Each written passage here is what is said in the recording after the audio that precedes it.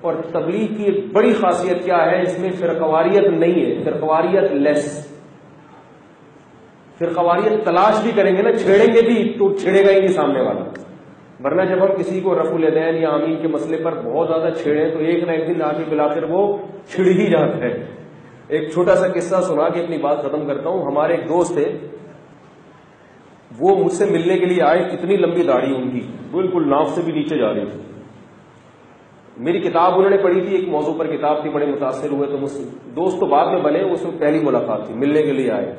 اچھا بھائی، جو صاحب جانا چاہیں وہ جا سکتے ہیں، جمعہ ختم ہو گیا، بیان ختم ہو گیا، ابھی آپ اپنی خوشی سے بیٹھے ہوئے. یہ نا ایسا نہ مولوی صاحب بولے آپ نے بٹھا کے رکھا ہوا تھا، تو آپ جا سکتے ہیں جو بھی جانا چاہیں. تو وہ تھے اتنی بڑی داڑھی لمبی. میں نے ان سے کہا، میں نے کہا آپ کا مسلک کون سا ہے؟ داڑھی دیکھ کے وہ کہہ رہے میں اہل حدیث ہوں. اچھی بات ہے ماشاءاللہ. پھر انہوں نے اپنا قصہ سنایا، کہہ رہے میں بڑے مسلک تبدیل کرتا رہا ہوں. میں کہہ رہے میں پہلے گرین چینل تھا، جو بھی ہوتا تھا وہ سب قوالیاں بھی چلتی تھیں ہمارے پورے خاندان میں، نظر و نیاز کی. آج 11ویں شریف ہے، پرسوں 12ویں شریف ہے، اس کے بعد 13ویں شریف آئے گی، تو 14ویں شریف سے ہی فرصت. آج فلاں کا عرس ہے تو آج فلاں کا میلہ ہے تو آج فلاں کا ہوا ہے، وہ چلتا ہی رہتا تھا. بھائی چلو جو ان کی سمجھ میں آتا ہے.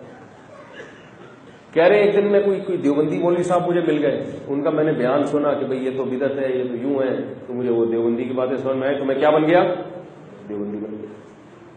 کہ ایک دن میں کہیں اہل حدیث کے بیان میں بیٹھا تو وہ دیوبندیوں کو بھی برا کہہ رہے تھے اور بریلویوں کو بھی. تو میں کیا بن گیا؟ میں نے کہا بھئی یہ تو بالکل ٹو دا پوائنٹ قرآن حدیث کی بات کرتے ہیں. قرآن حدیث پہ آ گیا، میں اہل حدیث بن گیا. کہہ رہے پھر ایک دن جماعت المسلمین والوں مجھے ملے، انہوں نے کہا یہ اہل حدیث بھی کیا ہے غلط، دیوبندی بھی غلط اور بریلوی بھی غلط. میں نے کہا بھائی میں نے تو بخاری دیکھ کے رفع الیدین شروع کر دیا، دیوبندیوں کو غلط کہہ دیا. بریلویوں کو میں نے کہا کہ وہ ان کے خیال میں نہیں کسی کو برا بلا کہہ رہا، بھائی یہ ان کی رپورٹ پیش کر رہا ہوں آپ کے سامنے، جو ان کے الفاظ ہیں کہ وہی وہ حلوے مانڈے کرتے ہیں یا وہ یوں کرتے ہیں تو اس کا کوئی ثبوت نہیں ہے، تو تم کیوں صحیح ہو؟ تو وہ جماعت المسلمین والوں نے کہا بھائی یہ جب قرآن حدیث کو فالو کرنا ہے تو قرآن حدیث میں تو فرقہ واریت کی نفی ہے، تو اہل حدیث بھی تو ایک فرقہ ہے. جیسے دیوبندی ایک فرقہ ہے، بریلوی ایک فرقہ ہے، تو اہل حدیث بھی فرقہ ہے. تو اصل میں کیا ہے، سب مسلم بن کے رہو. سب کیا بن کے رہو؟ مسلم.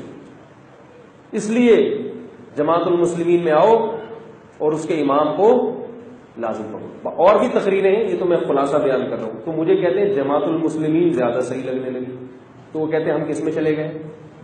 جماعت. یہی ہو رہا ہے نا، کوئی غیر مسلم.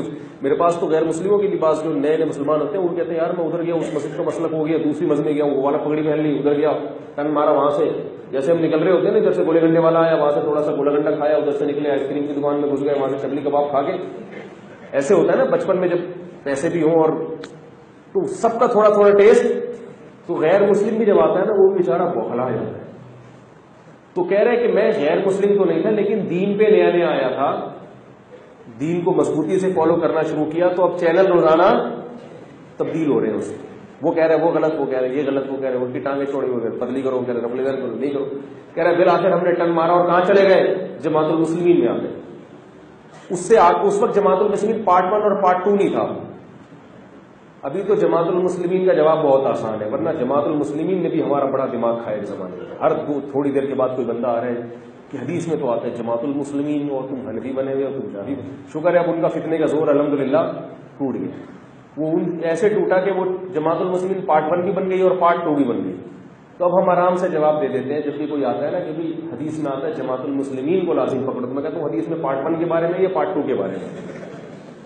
حدیث میں جو آتا ہے کہ جماعت المسلمین کو لازم پکڑو، اس سے پارٹ 1 مراد ہے یا پارٹ 2 مراد ہے؟ کیونکہ دونوں پارٹ یہی کہتے ہیں. اور سنیں یہ اوتھینٹک خبر نہیں ہے، سنیں تیسرا پارٹ بھی ہو گیا ہے، 3 پارٹ چل رہا ہے اب تو. لیکن یہ کہ یقینی 2 پارٹ کا تو پتہ ہے کہ 2 پارٹ چل رہے ہیں آج کل. تو اب وہ جماعت المسلمین میں چلے گئے. جب وہ جماعت المسلمین میں گئے ہیں تو اس کے آگے تو کوئی مزید تھی نہیں نا جو ان کو، تو وہ اس میں پکے ہو گئے. انہوں نے کہا بھائی دیکھو ہر وقت قرآن حدیث کرتے ہیں، ہر وقت کیا کرتے ہیں؟ قرآن حدیث قرآن حدیث قرآن حدیث. کوئی بزرگ کا قصہ نہیں سنائیں گے کبھی، کوئی ضعیف کمزور روایت نہیں سنائیں گے، بس صحیح بخاری اور صحیح مسلم سے ہٹتے ہی. زبردست. یہ صاحب مالدار بھی تھے تو انہوں نے اپنا پیسہ بھی ٹھیک ٹھاک جماعت المسلمین میں لگانا شروع کر دیا. اس کو ترقی بھی بہت دی اور صوبہ سندھ کے امیر بنے تھے. کہہ رہے میں 20 سال جماعت المسلمین میں رہا ہوں. کتنے سال؟ اور جماعت المسلمین کا صوبائی امیر رہا ہوں میں. نام انہوں نے بتانے سے منع کیا ہے، اس لیے میں نام نہیں بتا رہا. تو 20 سال جماعت المسلمین کے امیر رہے. کہہ رہے مجھے وہاں بھی نفرت اور فتووں کے علاوہ کچھ بھی نظر نہیں آیا. وہ بھی نہیں ہوتا، وہ بھی کافر، وہ بھی کافر. تو مجھے ایسے لگا کہ جو 6 آدمی جماعت المسلمین کے ہیں یا 6000 ہوں گے، بہت زیادہ 6 لاکھ ہوں گے، ان کے علاوہ باقی سب کہاں جائیں گے؟ جہنم میں جائیں. کہہ رہے میرا پھر ضمیر نے مجھے ملامت کرنا. پھر میں نے کہا کہتے میں نے جماعت المسلمین میں ایک اور چیز دیکھی کہ یہ لوگ امام ابو حنیفہ کی تقلید کو تو بدعت کہتے ہیں، لیکن اپنے امام کی ایسی تقلید کرتے ہیں کہ امام حنیفہ کی تقلید حنفی بھی ایسے نہیں کرتے ہوں گے. سمجھ رہے بات؟ اپنے امام کی ایسی تقلید کریں گے، وہ دن کو رات کہہ دے، رات کو دن کہہ دے، بس سوائے 2-4 چیزوں میں، باقی ہر آدمی ایسی تقلید کر رہا ہے. تو کہہ رہے کہ مجھے پھر جو ہے نا وہ بھی عجیب سا لگنے لگا. اب یہ تو اللہ نے ان کی مدد کی، ورنہ ایسے موقع پہ انسان اسلام کو چھوڑ دیتا ہے. اللہ نے مدد کی. کہتے ہمارے محلے میں تبلیغ والے آئے ہوئے تھے. میں نے کہا جہاں اتنے ذائقے چکھے ہیں، جہاں اتنے ٹیسٹ چکھے ہیں، ایک ٹرائی اور کر کے دیکھ لو. بھائی قیامت میں اللہ کو تو بتا دیں گے اللہ میں کیا کر سکتا ہوں. کہہ رہے ہم نے ایک ٹرائی ماری. اب ان کا اپنا واقعہ کہہ رہے کہ میں نے جب 3 دن گزارے تو میرا خیال یہ تھا کہ یہ لوگ تو حنفی ہیں، یہ تو رفع الیدین نہیں کرتے. میں جب رفع الیدین کروں گا تو مجھے بولیں گے یہ کیا کر رہا ہے بھائی، مجھے ٹوکیں گے. پھر میں زور سے آمین کہوں گا تو مجھے ٹوکیں گے، بھائی یہ کیا کر رہے ہو، ایسے نہیں ہوتا، ایسے بزرگوں نے ایسے فرمایا ہے. تو کہہ رہے 3 دن گزر گئے مجھے، کیونکہ اب تک کہیں جس کے ساتھ بھی یہ ملے تھے نا، کوئی ایسا بندہ ان کو ملا نہیں تھا جنہوں نے ٹوکا نہ ہو ان کو. اب کوئی حدیث دکھا رہا ہے تو چوڑی کر لی ٹانگیں، دوسرا دکھا رہا ہے تو پتلی کر لی. کوئی رفع الیدین کی دکھا رہا ہے، کوئی ترک رفع الیدین کی دکھا رہا ہے، کوئی زور سے آمین کی، پھر آہستہ والی دکھاتا ہے، کلپ دیکھ لیا. عجیب بوکلاٹ مسائل نہیں ہوتا. اور جو دکھاتا ہے نا وہ کہتے یہی ہے، باقی سب کیا ہے، وہ سب بنا. کہہ رہے 3 دن میں نے گزارے تو کوئی کچھ بول ہی نہیں تھا. ان کی باتیں ہی کہہ رہے الگ ہو رہی ہیں. وہ سب یہ کہہ رہے بھائی کسی طرح محنت کرو، ہم سب 100% کیا بن جائیں، نمازی بن جائیں، نماز پہ آ جائیں سب لوگ. کیا خیال ہے؟ اللہ اس کے رسول صلی اللہ علیہ وسلم کے احکامات پہ آ جائیں، برائیوں کو چھوڑ دیں، یہ دین ساری دنیا میں آ جائے. اس کے لیے تو وہ جوڑ ہو رہا ہے ان کا. کوئی نیگیٹو بات، ایک آدمی نے 30 سال نیگیٹو باتیں سنی ہو، وہ 3 دن کسی تنظیم کے ساتھ گزارے اور اس کو کوئی نیگیٹو بات نہ ملے تو بڑا تعجب ہوتا ہے اس کو. ہے بھی سارے مولوی، حیرت کی بات ہے بھی سب داڑھیوں والے اور فتویٰ بھی نہیں لگا رہے. تو کہتے ہیں کہ پھر میں نے چلے کا ارادہ کیا.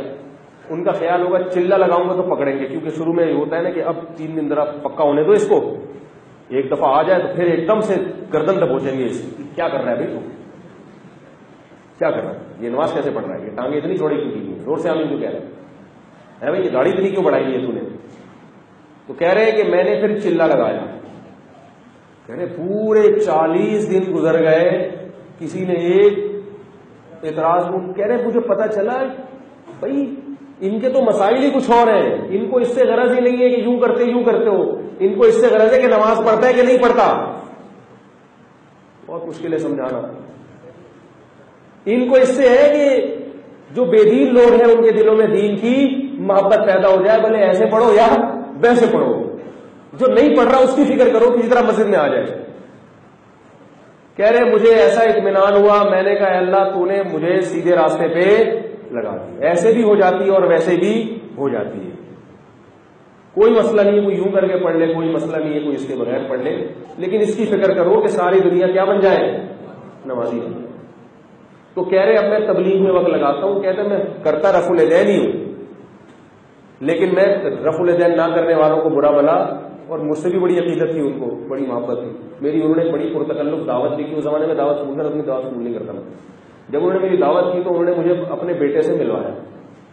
انہوں نے کہا یہ میرا بیٹا حنفی ہے اور میں اس کو کبھی بھی نہیں چھیڑتا کہ تو اہل حدیث ہو جا، اور میں اہل حدیث ہوں، یہ مجھے کبھی نہیں چھیڑتا تو کیا بن جا. کہہ رہے یہ چلہ لگا کر آیا ہے، یہ حنفی بن گیا، رفع الیدین چھوڑ دیا. میں نے کہا چلو یار یہ بھی ٹھیک ہے، یہ بھی صدیوں سے چلا آ رہا ہے، سب سیٹ ہے. تو مجھے بتا رہے تھے باقاعدہ، کہہ رہے یہ دیکھو یہ حنفی ہے. ایک ہی گھر میں ٹانگیں چوڑی بھی ہو رہی ہیں اور پتلی بھی ہو رہی ہیں اور جھگڑا نہیں ہو رہا. ہمارے یہاں ایک محلے میں اگر ٹانگیں چوڑی کرنے والا اور دوسرے محلے میں پتلی کرنے والا دوسرے ملک میں، وہاں سے گالیاں بھیجے گا یوٹیوب پہ لکھ کے، فیس بک پہ. پتا چل جائے نا امریکہ میں ایک آدمی ہے جو زور سے آمین کہتا ہے، یہاں ممبر پہ اس کے خلاف تقریر ہوگی اور فیس بک کے ذریعے واٹس ایپ کے ذریعے اس تک گالی ہماری پہنچ جائے گی اور وہاں سے پارسل فوراً واپس آئے گا. ذرا بھی لیٹ نہیں ہوگا، وہ فوراً وہاں سے شاپر میں ڈال کے وہ والی گالی بھی اور دو چار اور بھی. تو بھائی ایک بہت بڑی اللہ کی رحمت ہے کہ اللہ تعالیٰ نے ایک ایسا نیٹ ورک دیا ہے جس میں سب چل رہے ہیں اور مسلمان اس میں کیا ہے جڑے ہوئے. باقی ایک الگ بات ہے کہ دیکھو جب کوئی اتنے بڑے پیمانے پر کام ہوتا ہے تو یہ ممکن نہیں ہے کہ اس میں خامیاں نہ ہو. لوگ بتاتے ہیں وہ فلاں میں یہ خامی، فلاں میں یہ خامی، تو بھائی ایسا ممکن نہیں ہے. آپ کا گھر چلا کے دیکھو نا، ایک چھوٹا سا گھر ہوتا ہے، اس میں کتنی ساری چیزیں صحیح ہو رہی ہوتی ہے کیا؟ کوئی گھر دنیا کا ایسا بتاؤ جو پورا 100% صحیح چل رہا ہو. کمپرومائز کرنا پڑتا ہے. خیر غالب ہے تو خامیوں سے چشم پوشی کی جاتی ہے. یار خیر غالب ابا، جتنے بھی جن کے بھی ابا ہیں کیا 100% صحیح ہوتے ہیں بھائی؟ لیکن ابا ہے تو بس ٹھیک ہے، غلط ہے تو بھی ابا ہے.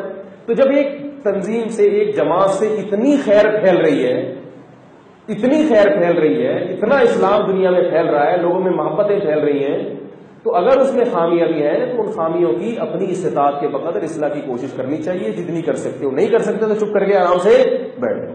خیر کو دیکھو، کیونکہ اس زمانے میں کوئی ایسی تحریک جس میں 100% خیر ہو یہ ممکن نہیں ہے، کیونکہ نبی کے زمانے سے بہت دور والا زمانہ ہے. ہم کوئی نبی کے صحبت یافتہ تھوڑی ہے، بہت 1400 سال گزر گئے نبی کے دور. تو جو ہے some thing is better than nothing کے فارمولے پر عمل کرو. آئی بات سمجھ میں؟ تو اللہ تعالیٰ ہم سب کو عمل کی توفیق عطا فرمائے. اس لیے تھوڑا تھوڑا حصہ اپنا اجتماع میں ضرور ڈالیں. جو حضرات وقت لگا سکتے ہیں وہ وقت بھی لگائیں، چلے کے لیے 4 مہینے کے لیے، اور ساتھ ساتھ اہل اللہ سے اصلاحی تعلق پر بھی زور دیں.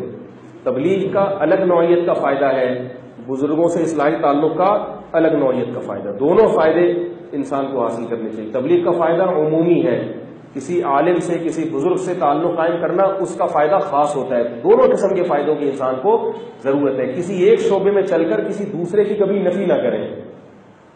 آئی بات سمجھ میں؟ اگر آپ کسی بھی کام سے جڑے ہوئے ہیں، کسی بھی شعبے سے جڑے ہوئے ہیں، تو دوسرے کی نفی نہ کریں. بولے وہ بھی ٹھیک ہے یہ بھی ٹھیک ہے، تو اس طرح سے تو کام چلے گا آگے. لیکن اگر ہم سمجھیں کہ یہ والا تو صحیح ہے، اس کے علاوہ سب کیا ہے غلط ہے، تو پھر معاملہ کیا ہو جاتا ہے؟ خراب ہو جاتا ہے. اللہ تعالیٰ ہم سب کو سمجھنے کی عمل کی توفیق عطا فرمائے. الحمدللہ. میسج ٹی وی کے چینل کو سبسکرائب کیجیے اور امن کے پیغام کو پھیلانے میں ہماری مدد کیجیے. سبسکرائب کرنے کے بعد بیل کے آئیکن پر کلک کیجیے. آپ کا اپنا میسج ٹی وی.